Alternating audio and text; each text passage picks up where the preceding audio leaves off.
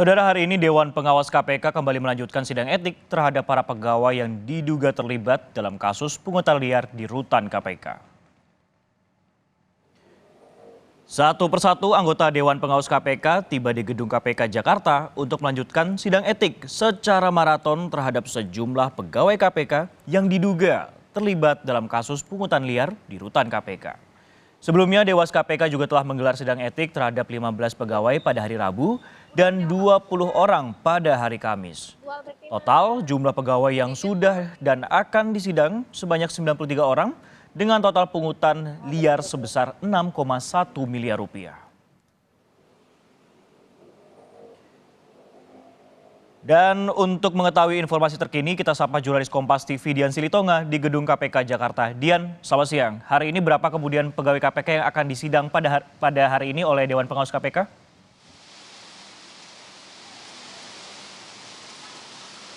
Ya, ada 13 pegawai KPK yang hari ini menjalani sidang etik dan ini merupakan sidang etik ketiga terkait dengan temuan pungli di rutan KPK. Kita ingat sebelumnya sidang etik terkait dengan kasus ini sudah dimulai sejak hari Rabu 17 Januari yang lalu dan pada hari Rabu kemarin Dewas KPK menyebutkan ada 15 pegawai KPK yang menjalani sidang etik, kemudian pada hari Kamis kemarin disebutkan ada 20 pegawai KPK yang menjalani sidang etik, artinya kalau dijumlahkan sudah ada 48 pegawai KPK yang menjalani sidang etik terkait dengan temuan pungli di rutan KPK. Nah, informasinya dalam sidang etik hari ini juga akan ada 3 saksi yang dihadirkan. Lebih lengkapnya kita akan dengarkan terlebih dahulu pernyataan dari anggota Dewas KPK Albertina Ho berikut ini. Yang nanti disidangkan 13 orang. 13 orang, bukan 12 berarti ya? 13 orang. Yang mimpin siapa nanti sidangnya? Pak Ketua Dewas. Ketua Dewas, Pak Tumpak. Ya. Oke, nanti sekitar apa saja sih yang dipertanyakan? Ya kayak kemarin Terkait sama. pungli. Iya, kan sama. Oh, iya. Oke? Oke, tertutup ya jam 10? Tertutup. Saksi yang diperiksa nanti 3. 3. Kalau kita cermati, Sisko, sebelumnya Dewas KPK menyebutkan bahwa 6 berkas perkara ini akan didahulukan sidang etiknya begitu dan waktu itu disebutkan per hari akan dilakukan sidang per berkas perkara. Nah, kalau sudah 3 kali dilakukan sidang artinya sudah disidangkan 3 berkas perkara. Nah, sisanya adalah 3 berkas perkara lagi untuk 42 pegawai KPK karena 6 berkas perkara ini kita ingat meliputi atau mencakup 90 pegawai KPK. Nanti baru kemudian disusul dengan sidang etik untuk 3 berkas perkara yang mencakup masing-masing 1 pegawai KPK. Nah, sidang etiknya sudah dimulai pukul 10 pagi tadi dan seperti biasa digelar atau berlangsung secara tertutup dan tentu saja kita masih harus bersabar untuk menantikan seperti apa putusan Dewas KPK terkait dengan sidang etik terhadap 90 pegawai KPK yang terbagi dalam 6 berkas perkara karena prosesnya masih akan cukup panjang. Sisko. Sidang sudah dimulai pada pukul 10 dan dilangsungkan secara tertutup. Nah, ini yang menjadi pertanyaan berikutnya sebenarnya, Dian.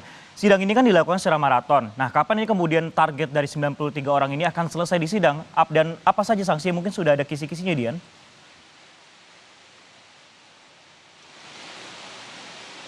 Ya, belum disampaikan sebenarnya targetnya kapan akan diselesaikan. Tapi kalau kita hitung-hitung atau kita cermati, Sisko, sidang ini dibagi dalam 9 berkas perkara.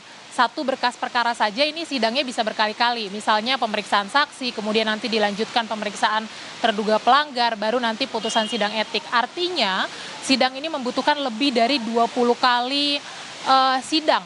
Nah, kalau dilakukan secara maraton, setidaknya sidang ini prosesnya akan memakan waktu selama 1 bulan.